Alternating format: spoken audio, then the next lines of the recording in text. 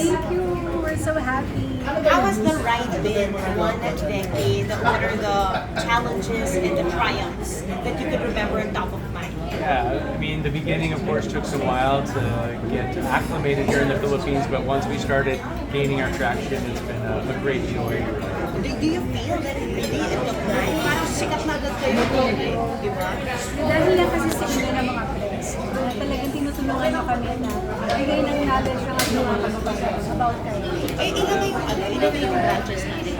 We have 6 branches now in DC, Makati, Alabang, Bacoor, and Angeles. Wow! You branched out south and north. How do you manage? She goes to all the branches and manages. Pero Very busy. nakakapag-budget na ba yung Condosalda? So, ano lang siguro, kumbaga sa'yo, kailangan ko i-manage yung time. And then, sabi mo nga, ano yung mga medyo hiccups ng sa business. Siyempre, sometimes, you cannot please everybody. Siyempre, may mga tao na pag nakikita nila kumaangat ka, gusto ka nila i-down. O, diba? Gusto ko lang magpasalamat sa bashers namin. Maraming salamat sa iyo na dahil sa iyo. Kasi 10 years na Kailan nagsimula yung basher niyo? 8 years ago. 8 years ago, may basher na kayo? We just met one particular person that's constantly bashing us. On social media? Yes, on social Saying we're media. not licensed here. We have TikTok license, and that's all that we can get here is TikTok. It's a Department of Health department. Kaya na itong press convenience ito, gusto namin talaga ipaalam sa public natin na when you come to the crowd and actually you're very safe. Dahil kami po ay under the regulatory of TICA, which is the umbrella of DOH. Sabi nga nila, every bashing is a blessing. So, tinan mo naman 10 years na kayo. You're doing something right. Yeah. So, what's gonna happen next for the brand? Just continue. We just want to continue to put out the best products, serving Filipinos. We have products. Yeah, we have our new immune boost. We make our products in Japan, so highest quality. There's tons of great ingredients that can help your body be strong and healthy. And not only that, let's just go back to the craft fairs. Until now, are they active? Oh yes, very Just one in particular constantly. Kaya nga ang sinasabi ko na better huwag na lang natin sa atin, huwag na lang natin pansinin.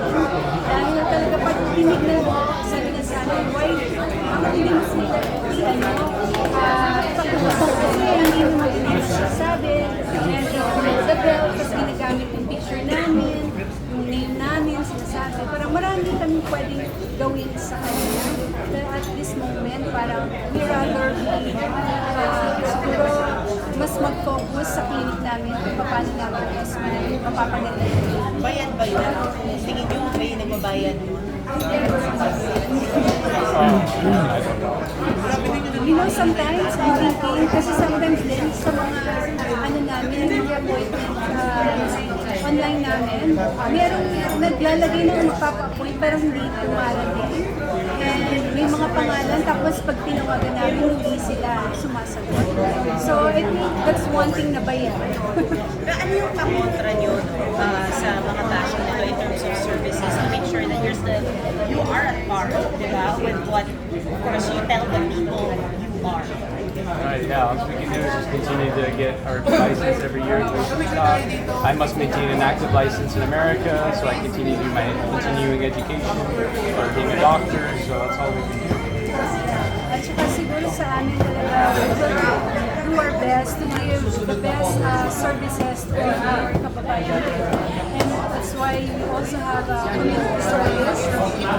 Proud as a foundation that lahat po ng portion ng pinipita po ng dailies namin ay napupunta po sa ating foundation para pagpapit sa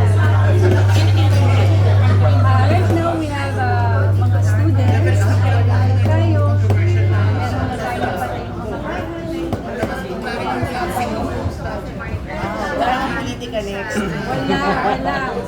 I think rather be private na makatulong sa mga kababayan.